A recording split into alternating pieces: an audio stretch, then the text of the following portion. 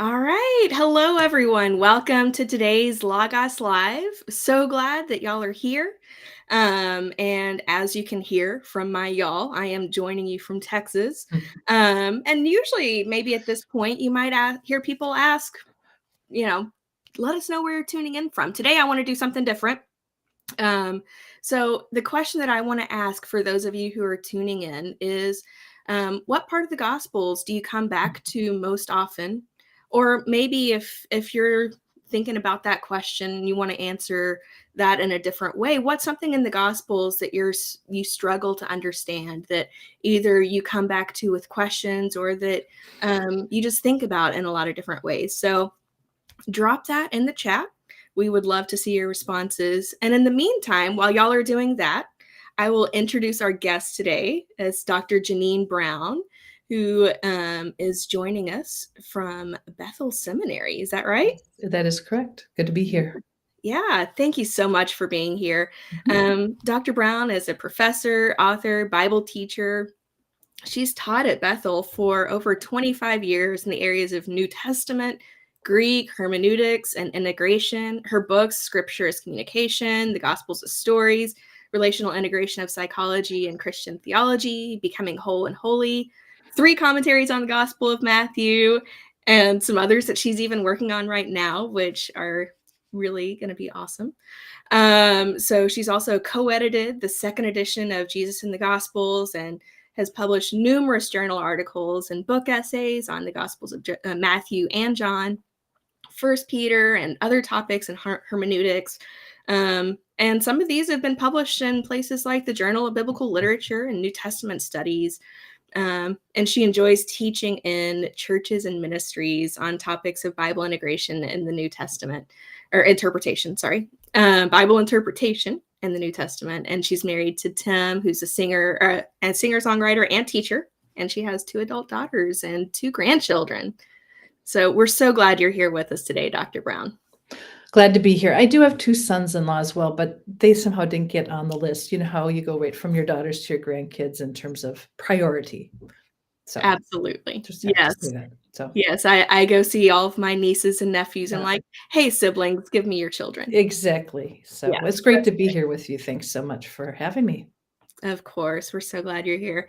And for those of you who are jumping in, today we're going to be talking quite a bit about the Gospels. We're talking about the New Testament as a whole, the Bible as a whole, but also drilling into the New Testament and into the Gospels. And so as we get started, Jeannine, I would love to ask, from your perspective of someone who's taught this for 25 years, for someone who has studied it for longer than that, how should we think about the Gospels? How should we understand what the Gospels are and what they're doing before we dive into them? What kind of things do we need to know that maybe doesn't come naturally to us as 21st century readers?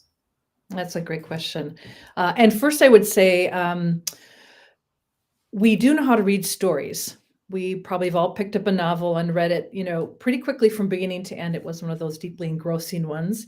And I always encourage people to take that kind of interest in a whole of a story and bring it to the gospel. So we'll talk in a minute about why that isn't sort of a natural thing to do for us, because we've been trained to do otherwise. But the whole story matters. And it helps to think about the genre or what kind of writing it is. The Gospels resemble in many ways ancient biographies. Not surprisingly, a biography of Jesus, 4 different ones in the New Testament. And one of the characteristics of bioi, as they're called, bioi, is that chronology can be less important than theme or topic. And that's just a really quick a characteristic that can quickly help us to understand, the order of things in their particulars in the gospel. Think, Matthew 8 and 9 compared to some parts of Luke and earlier parts of Mark. Chronology is less important than the theme that's being developed. And in Matthew 8 and 9, if you read them really closely, you'll see, oh my goodness, healings all over the place. Healings, miracles, moments of faith as people come to Jesus. praying and hoping that he can help them, and having faith that he will. And those themes are really crucial in Matthew 8 and 9. And Matthew arranges the story so that that theme can come through, or those themes can come through. So just knowing that that kind of flexibility is a part of an ancient biography, and so shouldn't surprise us if we see it as well in the Gospels, especially on the micro level. Macro level, we have sort of the same story arc in all the Gospels, but on the micro level, we have different arrangements and very thoughtful sequencing, I would say. Yeah. Yeah, and that kind of gets at a question that I have of, it's really easy for us to approach each of the four Gospels, Matthew, Mark, Luke, and John, and particularly even the synoptics, so Matthew, Mhm. Mark, and Luke, as basically just different collections of the same story and not really seeing like the distinctions between them. Maybe we pick up on Matthew had this story or put the stories in this order, Mhm. but not really noticing the distinctions. Um, and so, like, they tell Jesus' story, but they're different. What do those differences really look like, and why does it Mhm. matter that we understand those? Yeah, it's a great question because if we've grown up in the church, we've often heard the same story amalgamated. In other words, you might bring together the centurion story of Luke 7 and Matthew 8, and as a kid, you learned it all smooshed together. You got all the extra pieces from both parts thrown together. What's the value of disentangling that and hearing, that story in Matthew 8 and Luke's in Luke 7 in that context and with the particulars of that story? There is a value there. So let me switch to another example to get at really kind of quickly this value. Let's take a parable of the lost sheep, which is probably the most famous version of it in Luke 15. There's a lost coin, there's a lost sheep, there's a lost son. So Luke has arranged the parables in such a way that we hear this common theme. Matthew gives us just one of those. The other two are uniquely Lucan, but Matthew gives us the parable of the wandering sheep in Matthew 18, and it is a different term: lost, wandering. Lost gets that theme in Luke highlighted, and wandering in Matthew 18 is part of a chapter that's about what we do when somebody wanders away. So the stumbling brother or sister, or the erring brother or sister that comes before and after that parable. So it's a subtle difference, but it's one that really fits and helps us to hear something pop in the story itself, both in Matthew and Luke. So paying attention to difference can help us hear those really important themes that run through any gospel. So I would say also to look at the commonalities, to realize that, for example, the feeding of the 5,000 occurs in all four gospels, but take a look at how it's used. It has some different highlights in each gospel, so we can hear something that particular gospel writer wants us to hear about who Jesus is and about who disciples ought to be. Yeah. Yeah, I mean, that, um seeing the story as part of the whole makes so much sense. If you're watching a movie or reading a book, you don't really lift a section of that out and try to understand that one thing. You are seeing it in context of the greater whole. Um Right, and part of the problem with both how we've learned texts if we grew up in church, or how the academy has often treated texts probably maybe 50, 60, 70 years ago, is that the little pieces were on their own important. And it's not that they're not important, it's that we lost that sense of embeddedness, how that particular story, episode, saying fits within the whole. Form criticism of the early 20th century highlighted the importance of the small pieces and kind of downplayed the gospel writers as sort of authors and shapers. And in church context, at least the ones I grew up in, these little bits were good enough. They were on their own good enough. And it's not that you can't take them there, but when you extract them from context, you lose that sense of how they fit within the whole. Early in the book, on the first page, I note that in the early church, Justin Martyr gives us a glimpse of how the Gospels and other parts of Scripture or the memoirs of Jesus were read in those early days, and they were read as long as there was time for that particular writing. So when we're doing this kind of very small piecemeal thing, we're not actually following the practice is what it seemed to be in the very earliest church, the 2nd century, to say, as long as you have time, read, hear from the Gospels or the prophets, as he refers to the Old Testament text. So this sense of reading for the whole is a very normal thing in most of life, and has been in odd ways sort of not the case in the Gospels. Yeah, and in your book, The Gospels as Stories, one thing that you bring out is that the gospel writers were using different mechanisms. So Markan sandwiches, as an example, and different literary tools of the time to try and group things together in ways that made sense to the readers of that era. That don't really make as much sense to us today. And in the book, you mention a few things that appear in both the very beginning and very end of Matthew. It opening with Jesus as Emmanuel and it ending with I am with you always. And like you said, we often kind of chunk those things into pieces and put the one thing under the microscope. And there are things about that maybe can be helpful, but when we're thinking about it in terms of pericopes, those little small chunks, what do we lose? Like, help us understand a little bit more about what we lose and what we can do instead. Right. And I do want to affirm that. I mean, I love to stare at an individual text or use of the Old Testament in a passage in Matthew, and you're thinking through Septuagint, Hebrew Bible, and so I mean, I love doing the particular work, the detailed analysis. But I tell my students that exegesis of any text, but certainly Gospels, is sort of like a study of the forest and the trees. You need to do both ends. Forest, pull back, look at the big picture, go back in, see the trees, look at the leaves, look at the twigs, etc. Pull back, see. And I had one student hand in a paper back when you handed in things physically. Now it's all kind of, I want it sent to me as an electronic copy. But anyway, as she handed it in, she said, well, that was dizzying, because I had them do a section of text that was 2 chapters long and about 90 verses. And I said, well, then you did it rightly, because this in, out, paying attention to whole, thinking about particulars is, I think, what good exegetical work is about. So as we think about that, how do we pull back and see the bigger whole? How do we kind of practices help us? Just outlining a book is a great way to do that. Now in the Gospels, because you're outlining a story, I try to do something that's more plot sensitive, that kind of gives an outline. I actually do a visualization. And in Gospels of Stories, in one chapter, I show kind of a visualization of Luke 5-9, kind of a plot theme diagram, just because those things have helped me get a sense of the whole.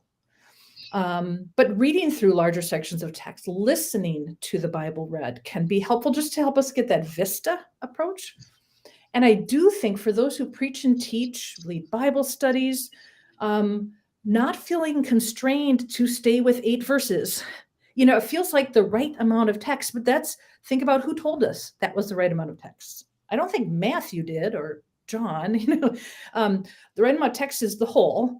And how do we get at that whole? Can we do a sermon on a couple chapters? Sure, you can. There's nothing that says you can't. Now, you're not going to get the level of detail, but you never get all the detail in a sermon. So think about what would be gained if I did the travel narrative in Matthew 16 through 20, essentially 16:21 through 20:28, something like that. Teach on the whole thing, or teach 3 times on the whole thing and run through a theme each time. Christology, Jesus's coming suffering, what that means for how we understand him as the one who came to serve and not to be served.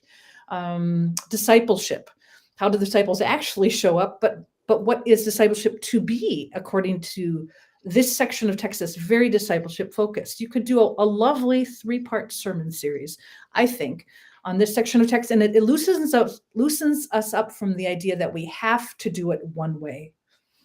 And I think a storied approach, kind of paying attention to the story, can help us see things and help people we are leading see things they wouldn't have seen. Yeah, that's so good. And I mean, even as you're talking and thinking about what could the layers of, 4 chapters be? How could we Mhm. look at and investigate each of those Mhm. 4 layers? That to me feels like a new way of understanding, or not to say a deeper, because, there's all of the different things Right. that can deepen our understanding of a passage, but understanding those just adds a level of meaning that, I mean, I kind of want to go and do now. Well, and it's stories aren't rocket science, I mean, so the technical end of exegetical work is important, language study, seeing kind of very subtle connections. I'm all for that. And getting the big picture helps us to ground that in reality. Is that connection something Matthew wants us to notice and pay attention to? Is it a connection that he intentionally made? The best way to arbitrate that question is to look at the whole as well as the parts, kind of that back and forth hermeneutical spiral or hermeneutical circle, as people have talked about it. Um, so, for example, like in the Gospel of John, which is just an amazing story, the book of signs, the first 12 chapters, if you look at chapters 5 through 10 together, you'll start to notice that these are the settings of these different parts of Jesus' story in John are focused on the various festivals. But you don't see that if you only look at one chapter. So you see Sabbath, you see Passover, you see booths, you see Hanukkah, or the festival of dedication, as sort of the grounding of those stories, because the festivals are clearly important for the settings, for the themes that arise, for the things that Jesus says. Why does Jesus say in the midst of the festival of booths or tabernacles, I am the light of the world? Well, light is a key element of that festival, a key theme in that festival. So you see those connections broadly, not just on the ground level, kind of in the detail, but broadly by looking at more than one chapter. You can't see that if you just do one chapter, but you see that in the culminating work of working through a number of chapters. So there's so much we can miss if we only do one kind of work. So I'm really encouraging both kinds of work. Yeah, absolutely. So for maybe someone who has spent a lot of time on that, um, more exegetical, more focused on the one section at a time, what are a few things that you would encourage that person to do to start to look at the forest and the trees? Like, what does that look like a little bit? Yeah. Yeah. In addition to kind of just reading the whole more quickly in one setting or a couple settings, jotting down things you see. Again, I'm a very visual learner, so I start to kind of plot it on a piece of paper, or I can do it on a computer too. But if for some reason there's something about setting something in front of me that's helpful. Starting to pay attention to theme is really crucial. So there's narrative criticism, which these insights really come out of a narrative critical methodology. So it's an approach used in biblical studies for the last 50 years or so. Highlights the story level and the discourse level as two levels, not that the author is necessarily giving us, but that we can, as a heuristic, as a way of seeing into the Gospels, we can try them out. Kind of pay attention to the story level, plot, theme. Plot, character, setting, etc. Conflict. And discourse level is where the author is communicating with the implied reader. So implied author, implied reader. And here we see things like themes, point of view, the way sequencing happens. So you see the sequence on the plot level, but you hear the intention of sequencing on the discourse level. So story discourse, I talk about with my students plot theme. I mean, it's just kind of a quick shorthand. It's a little more reductionistic, but it helps really quickly say, okay, I attend to the plot when I read a gospel. That's what you're supposed to do when you read a story, right? So take your lens and move it to the theme level. What themes is the author populating across the story? Because each gospel writer has some common theme. They all have common themes, and they each have some distinctive themes. So the theme of repentance, forgiveness in Luke is very prominent. If you just looked at a concordance in the old days, or you just searched it on Bible Gateway in the new days, you can see it all over the place. The theme of Jesus as God with us, really prominent in Matthew, not because it shows up all over the place, but because it bookends. It's an inclusio. Oops, I have to do this so you can see this side, this side. So 1, 23, 28, 20. Emmanuel, God with us. That's Jesus. I will be with you, he says. And then right in the middle, sort of 18, 20, and where 2 or 3 are gathered, there I am in their midst. I'm with them. So you have this with Jesus, with his people, Jesus as God with us. And that's emphasized not about out of sheer repetition, but by careful placement of a theme at the beginning and end where people will remember it. Especially in an oral culture, that kind of works really well. So themes are one way just to quickly start thinking about an author's point of view. John, Luke, Mark, Matthew. Yeah, that's so good. And that's such a helpful place to start, because once you have worked through things to get to understanding that plot theme, then you can actually apply that backwards as you study more in depth on Yes, the individual. absolutely. Yeah. Right, because you start to see places where that theme emerges that you didn't hear it before, because it's not just about a word repeated, it's about an idea that percolates. So you go, oh my goodness, I didn't know that theme was also there. And that's just like this breath of fresh air of, oh my goodness, I saw something new there that was really, and themes for me are very formative kinds of things. You sit with the themes of a novel. Just finished reading Sense and Sensibility again. I got Jane Austen's full set of novels for my husband for Christmas. I'm like, well, I'm going to read these again. And you sit with the ideas and the themes of anything you're reading, but think of the Gospels meant to form and shape us as believers in Jesus. These are just places to keep on coming back and soak in the themes. Yeah, absolutely. Stories are so formative. You know, you can tell someone what to do all day long, but until they have a picture of what it is, what that looks like through a story, it's really hard to figure out. And in that way, the Gospels are such a gift to us. So agree. Couldn't agree more. Yeah. Yeah.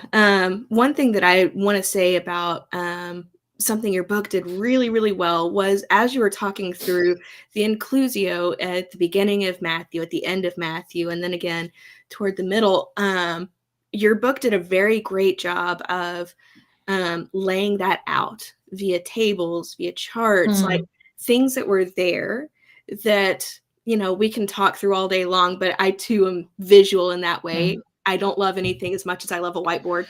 I get that. And it's all right there. And so for anybody who's tuning in who wants to figure out what this looks like, wants to understand maybe some places to start from, I would say pick up the Gospels of Stories and look for the charts, look for the graphs, read all of it, of course, but those really help make it practical and something that you can continue to do and you can take to your personal studies, your teaching, your preaching, all of that. Thanks. That was intentional to try to visualize bigger sections. How do you do that? Rather than just in discourse in a paragraph, talk about the flow of something, show the flow, show how it works as much as you can in a book that has, small pages. But yeah, I was like, as many of those as I can put in, I'm going to put those in, especially in chapter, I think it's 2 and 3, where we talk about sequencing. I show a lot of things visually. Yeah, absolutely. It's a fun book to write that way. It was just like, I'm going to show as much as I can. Show, not just tell. That's what the gospel writers do us anyway. They show more than they tell. Yes, that is, all the best stories show. Right. Yeah, and so that's an exceptional strength of your book that I would commend to those tuning in. And so, like, zooming out to the New Testament as a whole, we see the Gospels, we see Jesus up clear, and we get a picture of the Messiah that had been promised through the Old Testament, and that the rest of the New Testament isn't about. But then as we look at maybe the rest of the New Testament, or even at the Old Testament, it's easy for us to kind of segment that And specifically, as we think about the Old Testament and the New Testament, a lot of times maybe we think, grace came with Jesus, all things are good now, things are fantastic. The Old Testament, it was law, it was burden, but that's not how the gospel writers saw it. That's not how the epistle writers saw it. And so maybe can you help us think about what we should be thinking about the Old Testament in light of the way the gospel writers saw it and later in the New Testament? Yeah, gospel writers and other New Testament writers see the Old Testament, the Jewish scriptures, as so foundational. So you have citations, allusions, echoes, and a lot of work, what's called intertextuality, has happened over the last 20, 30 years. Richard Hayes really helped to kind of kick that off in some new ways, I think, 80s and beyond. And what that helps us to see is how the texts that are being used, I think, are very thoughtfully being used. I mean, it's not that a New Testament writer will always use a text in full concert with an Old Testament writer's intention, for example, but they're always thoughtfully using the Old Testament text. And I think often it's context. Their Bible is the Old Testament. They know it better than we do. And so thinking about the connections between New Testament writers and the Old Testament texts they use, we can kind of, I think, bring a storied perspective into that and think about the stories that the Old Testament text represents, or the wider context of that, and then hear how the New Testament writer might be tapping into that. I think that's always a good question to ask. This question is called metalepsis. It's the idea that a text comes into a new text with more than just those words itself, but the context. There's something that comes in, and it is something that shifts and could potentially change, but it is something that comes in as more than just. And I think those are great places for deeper work. I've written a couple different essays and books related to sort of Genesis and Matthew and Exodus and Matthew, and those volumes that are about Exodus in the New Testament, Genesis in the New Testament. And those are always such amazing projects to think more deeply about the Old Testament as it comes in through the New, and what the writers are doing. And what I would say is, I don't think I think much of what they're doing is saying, as God worked in this way in Israel or among the nations in the Old Testament era, so God is doing now. And in a heightened way, yes, in Jesus Messiah, there certainly is a sense of, in the Messiah, new things have come. But the analogies are there, not just antitheses, analogies with the Old Testament, to say, as God was working, so now in Jesus. One of the texts for me that's been the most profoundly changed in my reading is John 1:17, where it says, if I can read my teeny handwriting, the law was given through Moses. Grace and truth came through Jesus Christ. And I always heard the discontinuity. Moses versus Jesus, law versus grace. But I have come to be convinced that the biggest issue for John, the way he's using this, is to hear the verbs differently. The law was given through Moses, mediated. The law is mediated grace and truth. According to Exodus, the law is grace and truth. Just look at the description when Moses comes and gives the law, and that's the language used. But grace and truth are embodied in Jesus Christ. They come through there, and they're not just mediated, but they are embodied in Jesus. They are in Jesus. So this sense of, yes, better, but not because that was bad, but because it was mediated through the Torah, and now it's in Jesus. So that's my understanding of that text, having grown up in kind of a Lutheran context with a real pretty strong law-grace divide. I'm just not convinced anymore. And I know this is an area where people debate and discuss, but I would say that the use of the Old Testament throughout the New Testament argues that these are important texts. These are not just things to be discarded, but to be brought into our understanding of who Jesus is in light of Old Testament realities such as law, temple, Israel. I think there's a significant Israel Christology in much of the New Testament that says, now here's this one who is the epitome of Israel and Israel's faithfulness in light of unfaithfulness, faithfulness across the Old Testament story. They're both there in Jesus now, utterly faithful. He is the true Israelite in whom there is no guile. John 1. So Philip's words. Yeah. Yeah, that's so good. And such a reminder that the gospel writers relied on the Old Testament. They didn't see the divide that we do. Yes. And sometimes we bring that to the text. And so, understanding, knowing the Bible as a whole and seeing it as its first readers did is so key for us to understand the book that we have in our hands today. One of the things I love about intertextual discussion is that it pushes me back to study Old Testament texts again, and then rely on Old Testament commentators. Like I've used John Goldengay in my work in Isaiah and the servant in Matthew, and just relying on some really smart people who spend all their time studying the Old Testament, maybe a little in the New, I'm sure. But, it's just a valuable exercise to kind of then rely on those who have done deeper study in another area. I love that kind of interdisciplinary piece, even across the Testaments. Yeah, absolutely. And that brings me to a question that I've just been curious about. I know that you've done some work in the Bible translation world, I believe on the NIV a few years ago. I don't remember which edition.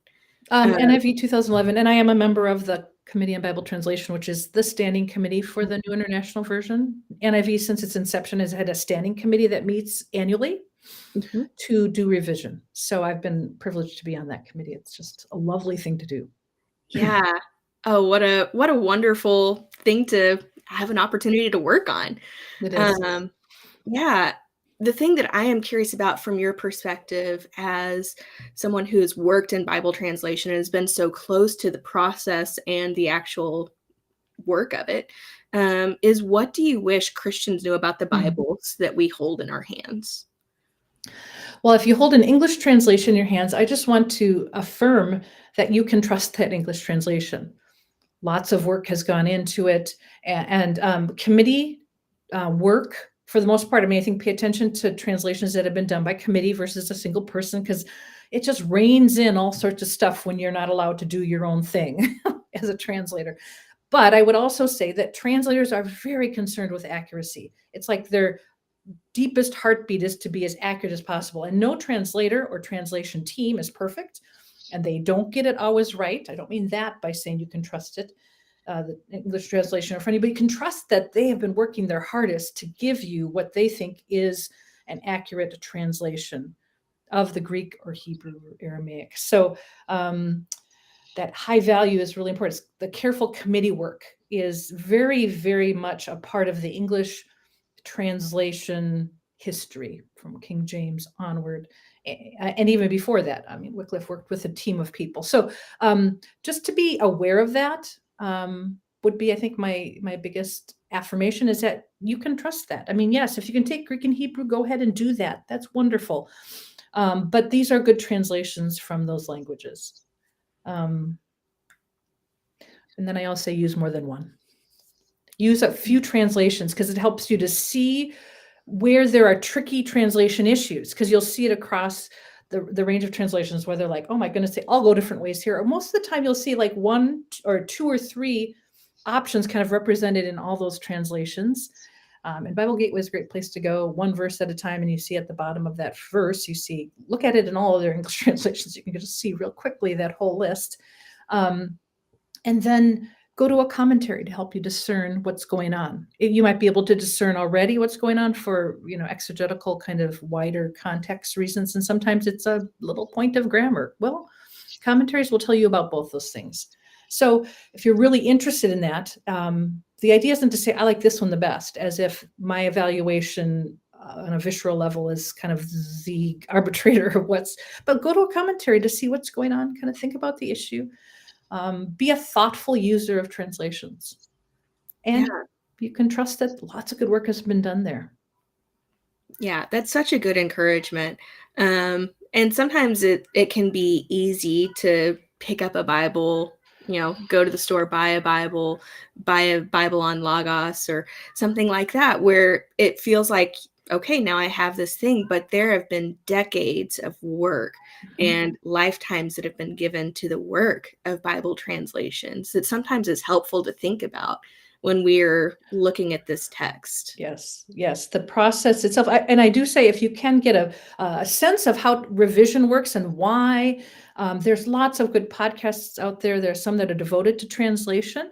I've been on a few of them. Some of my colleagues on the NIV team, Mark Strauss, Doug Moo, have been on all sorts of podcasts. And so you look at, who maybe a translator you want to hear from, and just, you probably find a podcast that talk a little bit about their experience and what revision looks like in any particular case.